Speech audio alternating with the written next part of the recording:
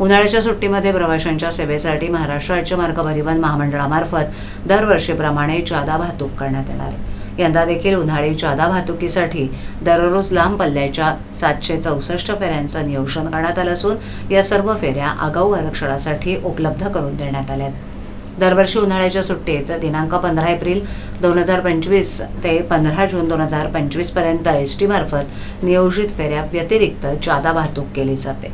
स्थानिक पातळीवर शटल सेवा आणि जवळच्या फेऱ्या संबंधित आगारातून चालवल्या जातात, परंतु उन्हाळी सुट्टीमुळे परगावी जाणाऱ्या प्रवाशांसाठी लांब पल्ल्याच्या बसेसची मागणी वाढते।